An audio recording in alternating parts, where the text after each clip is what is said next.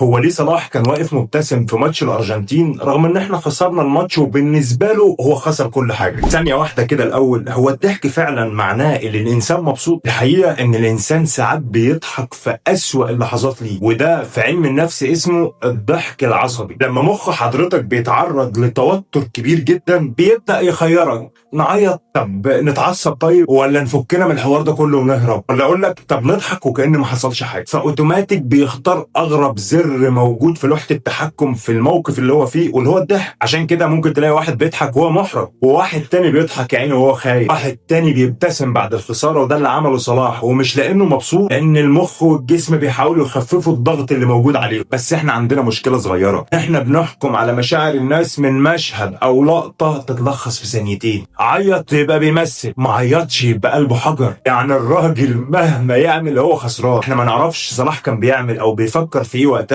لكن اللي نعرفه ان الابتسامه مش جهاز يحدد مشاعر الشخص. احيانا الانسان بيبتسم ويضحك بعد الخساره مش عشان هو بارد ما عندوش دم، لانه مش عايز يدي الخساره فرصه تشوفه مكسور.